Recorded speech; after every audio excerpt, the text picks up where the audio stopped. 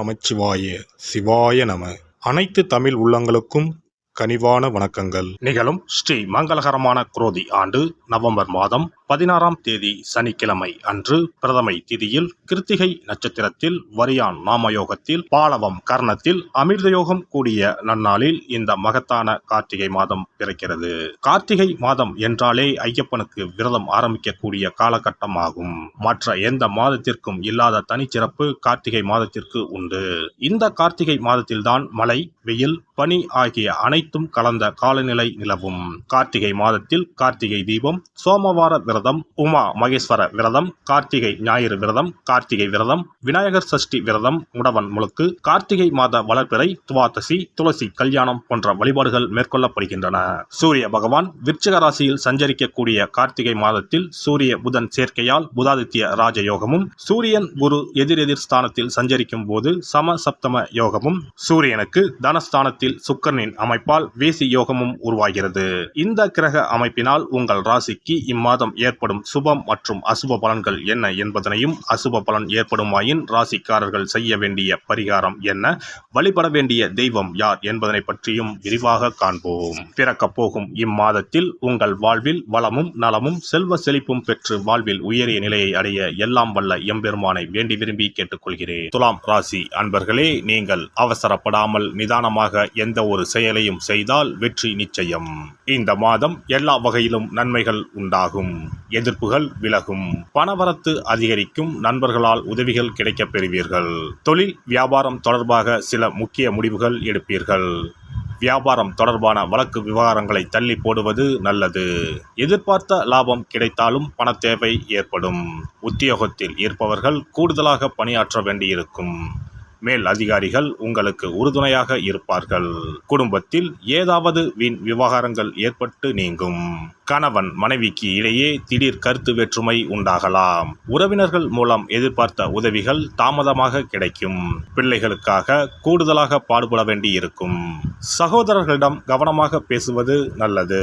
பெண்களுக்கு இந்த மாதம் பணவரத்து கூடும்.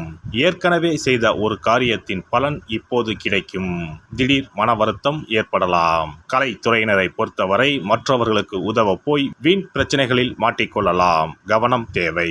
வாகனங்களில் செல்லும் போது எச்சரிக்கையாக செல்வது நல்லது. அரசியல் துறையினருக்கு எல்லா நன்மைகளும் உண்டாகும். மன துயரம் நீங்கும். சிற்றின்ப செலவு அதிகரிக்கும். மனதில் ஏதாவது ஒரு கலக்கம் ஏற்படும். காரணமே இல்லாமல் வீண்பழி சுமக்க நேரிடும். ஒதுங்கி சென்றாலும் கூட வலிய வந்து சிலர் சண்டை போடலாம். கவனமாக இருப்பது நல்லது. மாணவர்கள் எதையும் ஒரு முறைக்கு பலமுறை யோசித்து செய்வது நல்ல பலனை தரும். நட்சத்திர பலன்கள். சித்திரை 3, 4ஆம் பாதங்கள். இந்த மாதம் அடுத்தவர்களிடம் பேசும்போது யாரை பற்றியும் விமர்சிக்காமல் இருப்பது நன்மையை தரும். பண வரவில் தாமதம் இருக்கும். மாணவர்களுக்கு கல்வியில் பின்தங்கிய நிலை மாற கூடுதல் கவனத்துடன் அதிக நேரம் ஒதுக்கி பாடங்களை படிப்பது அவசியம். சுவாதி நட்சத்திரம். இந்த மாதம் பணவரத்து கூடும். ஆன்மீக செலவுகள் உண்டாகும். காரிய தடை தாமதம் விலகும். ஆனாலும் அந்த காரியத்தை செய்து முடிக்க கூடுதலாக உழைக்க வேண்டியிருக்கும். அந்நிய மொழி பேசுபவர்களால் உதவிகள் கிடைக்கும். வசிக்கும் இடத்தில் மதிப்பும் மரியாதையும் அதிகரிக்கும். விசாகம் 1, 2, 3ஆம் பாதங்கள். இந்த மாதம் தொழில் வியாபாரத்தில் முன்னேற தேவையான வாய்ப்புகள் கிடைக்கும். தொழில் போட்டிகள் விலகும். தேவையான நிதி உதவி கிடைக்கக்கூடும். உத்தியோகத்தில் இருப்பவர்கள் உற்சாகமாக பணிகளை கவனித்தாலும் அலுவலக வேலைகளில் தாமதம் இருக்கும். புதிய வேலைக்கு முயற்சி செய்பவர்களுக்கு சாதகமான பலன் கிடைக்கும். மகாலட்சுமி தேவியை வணங்கி வர குடும்பத்தில் மகிழ்ச்சி நிலவும். சுபிட்சம் உண்டாகும். சிறப்பு தொகுப்பு. கண் திருஷ்டிகள் அகன்று தடைப்பட்டு கொண்டிருக்கும் காரியங்கள் நிறைவேற செய்ய வேண்டிய பரிகாரம் என்ன என்பதனை பற்றி காண்போம். வாழ்க்கையில் நல்ல நிலையில் இருந்தவர்கள் கூட திடீரென்று பொருளாதாரம் இழந்து மன கஷ்டங்களுடன் வாழும் நிலை ஏற்படும். இந்த நிலை எதனால் ஏற்பட்டது என்று ஆராய்ந்து பார்த்தால் பெரும்பாலும் அவர்களின் மீதான கண் திருஷ்டிதான் காரணமாக இருக்கும். கல்லடி பட்டாலும் கண்ணடி படக்கூடாது என்று சொல்வார்கள் அல்லவா, அது உண்மைதான். இது போன்ற பிறரின் பொறாமை கொண்ட கண் திருஷ்டியினால் பலரின் வாழ்க்கை சிரமத்திற்கு ஆளாக நேரிடும். இது போன்ற கண் திருஷ்டிகளிலிருந்து எப்படி தப்பிப்பது? இருக்கவே இருக்கிறது எளிதாக கிடைக்கும் ஊமத்தஞ்செடி. தெய்வ சக்தி நிறைந்த செடியாக கருதப்படும் ஊமத்தஞ்செடியின் காய், பூ, இலைகள் என அனைத்தும் தீய சக்திகள் விரட்ட பரிகாரத்துக்கு பயன்படுகிறது. பொதுவாக ஊமத்தம் காய்க்கு கெடுதலை அகற்றக்கூடிய சக்தி உண்டு. நம் வீட்டில் உள்ள எதிர்மறை சக்தியை அகற்றுவதற்கு ஊமத்தங்காய் தீபம் சிறந்த பரிகாரமாகிறது. தெய்வீக மகத்துவம் நிறைந்த ஊமத்தங்காய் மற்றும் பூவையும் எடுத்துக்கொள்ளுங்கள். வீட்டுக்கு அருகில் இல்லை என்றால் நாட்டு மருந்து கடைகளில் கிடைக்கும். இந்த 2 பொருட்களையும் மஞ்சள் தண்ணீரை கொண்டு நன்றாக கழுவி விடுங்கள். சிறிது நேரம் அவற்றிலுள்ள ஈரம் போக ஆறவிட்டு பிறகு அவற்றை ஒரு மஞ்சள் துணியில் குலதெய்வத்தை வேண்டி ₹1 நாணயத்தோடு சேர்த்து முடிந்து வீட்டின் நிலைப்படியில் கட்டி தொங்க விடுங்கள். இந்த முடிச்சை வெள்ளிக்கிழமை அல்லது ஞாயிற்றுக்கிழமைகளில் தயார் செய்து வாசல் படியில் கட்டுவது சிறப்பு. தினமும் வீட்டில் தீபம் ஏற்றி காண்பிக்கும் போது இந்த முடிச்சுக்கும் காண்பிக்கவும். இதேபோல் ஊமத்தம் இலைகள் கிடைத்தால் அந்த இலைகளை சுத்தமான மஞ்சள் தண்ணீரில் கழுவிவிட்டு அவற்றை கொண்டு வீட்டில் இருக்கும் விநாயகருக்கு திங்கள் கிழமைகளில் தொடர்ந்து அர்ச்சனை செய்து வர வேண்டும். ஊமத்தம் பூவையும் விநாயகருக்கு சூட்டலாம். 3 வாரங்கள் தொடர்ந்து திங்கள் கிழமைகளில் விநாயகருக்கு ஊமத்தை இலையால் அர்ச்சனை செய்து ஊமத்தம் பூவை சூட்டி வழிபட்டால் வீட்டில் உள்ள கெட்ட சக்தி நடமாட்டம் மற்றும் கண் திருஷ்டிகள் தீரும். ஊமத்தம் செடியும் சிவபெருமானுக்கு உகந்த இலை ஆகும். இந்த ஊமத்தங்காய் வைத்து சிவபெருமானுக்கு தீபம் ஏற்றி வழிபடுவதன் மூலம் நமது பிரச்சனைகளில் இருந்து எளிதாக விடுபட முடியும்.